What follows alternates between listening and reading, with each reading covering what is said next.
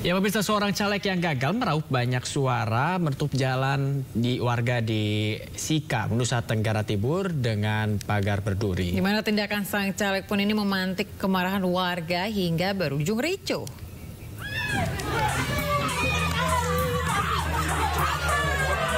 Antonius Raybold Dacunha jadi bulan-bulanan warga setelah menutup akses jalan warga di Kecamatan Alok, Sika, Nusa Tenggara Timur. Antonius menutup jalan yang biasa dilintasi warga dengan pagar berduri. Warga pun marah karena menduga Antonius melakukan hal ini lantaran kesal setelah gagal meraup banyak suara di pemilu legislatif. Antonius berpotensi gagal menjadi wakil rakyat. Akibatnya warga harus mencari jalan lain untuk melintas. Usai mediasi, Antonius pun kembali membuka jalan ini. Antonius mengaku jalan ini merupakan lahan miliknya sehingga ia berhak untuk menutupnya. Antonius berdalih penutupan tidak ada hubungannya dengan pemilu legislatif. Dari Sika, Nusa Tenggara Timur, Joni Nura, iNews melaporkan. Sementara itu pemirsa, kericuhan terjadi saat rekapitulasi penghitungan surat suara di Gedung Balai Rakyat Kayuringin, Kota Bekasi, Jawa Barat. Ya, peristiwa ini terjadi setelah ratusan relawan dari sejumlah partai ditolak oleh sejumlah saksi saat hendak meminta membuka formulir C1 Plano.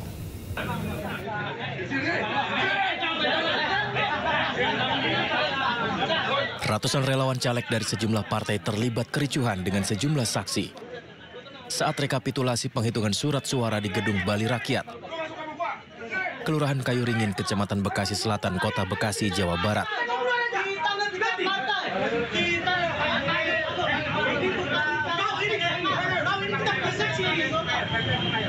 Kericuhan ini terjadi di saat para relawan caleg dari partai ini hendak memaksa masuk ke dalam gedung lokasi penghitungan rekapitulasi tingkat kecamatan, serta mendesak agar panitia pemilihan kecamatan bisa membuka formulir C1 Plano kepada publik. Namun permintaan ditolak oleh sejumlah saksi partai.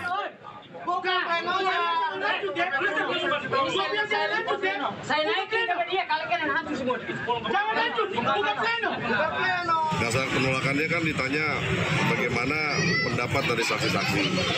Cuma kan bagi saksi kan bisa aja, cuma pengen gampangnya aja bang. Kalau kita kan juga, saya kontestan, saya punya hak. Saya harus tahu dong suara saya berapa. Ya. Gitu. Karena kan saya pikir begini, ini ada lembaga negara yang memang diperintahkan untuk menghitung rekapitulasi suara caleg. Proses rekapitulasi penghitungan surat suara di tingkat Kecamatan Bekasi Selatan, Kota Bekasi akhirnya ditunda dan dilanjutkan kembali di hari berikutnya. Dari Bekasi, Jawa Barat, Rahmat Hidayat, iNews melaporkan.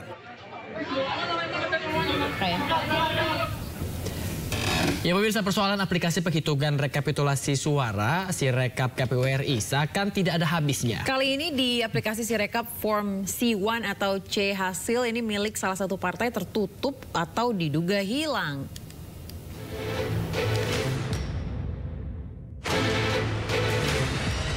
Lagi-lagi kejanggalan muncul di aplikasi Sirekap. Dalam tampilan sistem informasi rekapitulasi suara Sirekap KPU, tidak menampilkan form C hasil Partai Perindo di sejumlah TPS. Hasil sementara form C1 atau C hasil pemilu 2024 di Sirekap kerap berubah-ubah. Diduga, suara milik ratusan caleg dari Partai Perindo dalam aplikasi tersebut hilang. Dalam aplikasi Sirekap, form C1 atau C hasil pemilu Partai Perindo tertutup atau tak ditampilkan. Seperti terjadi di wilayah kota Sibolga, Sibolga Selatan, TPS 11, TPS 014, TPS 008. Di Nias Selatan Lahusa, TPS 001, dan Selatan Idanotae, Hilimbowo, TPS 001. Terbaru hal yang sama juga terjadi di wilayah Banten 3, Jatim 1, dan Sumatera Utara 2. Hasil penghitungan dari aplikasi Sirekap yang kerap berubah-ubah tak jarang meresahkan masyarakat. Padahal Sirekap seharusnya menjadi alat bantu mengkomunikasikan pemilu kepada masyarakat.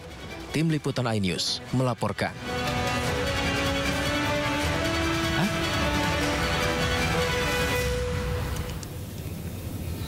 Praktik Praktik lancung kecurangan pemilu pemirsa diduga terjadi di berbagai daerah dengan melibatkan oknum aparatur negara dan kian mengemuka. Ya, sejumlah partai politik, berbagai kelompok masyarakat hingga Komnas HAM menduga pelanggaran pemilu bahkan sudah terjadi sejak sebelum pemilu dimulai.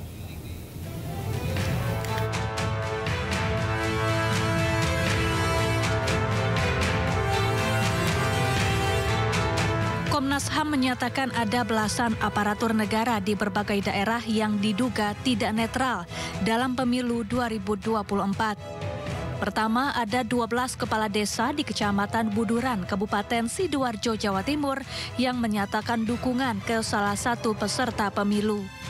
Kedua, dugaan arahan Wali Kota Samarinda kepada jajarannya untuk memilih peserta pemilu tertentu. Ketiga, viral video ajakan PJ Gubernur Kalimantan Barat mengajak warga dan jajarannya memilih capres yang mendukung pembangunan IKN. Atas temuan ini, Komnas HAM telah melaporkannya ke Bawaslu.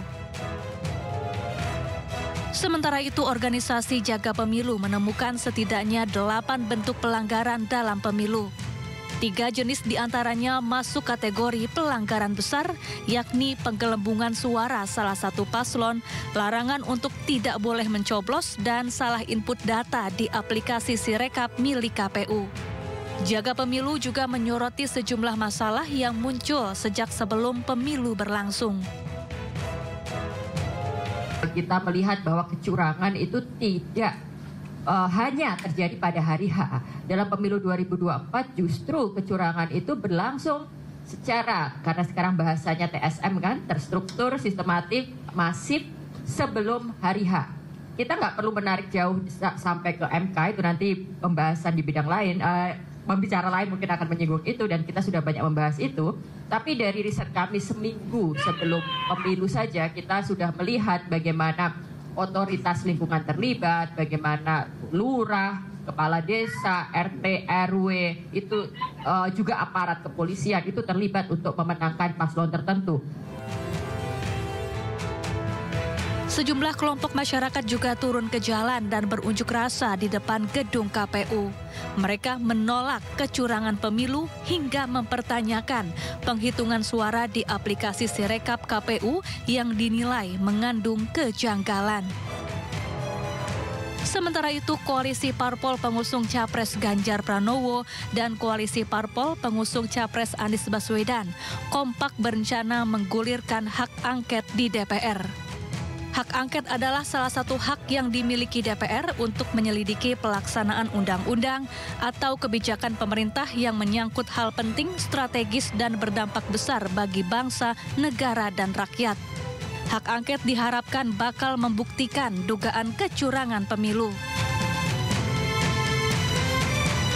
Sebelumnya, DPP PDI Perjuangan dan DPP PKS juga telah menyurati Ketua KPU yang berisi penolakan penghitungan suara di aplikasi Sirekap. Tim Liputan iNews melaporkan.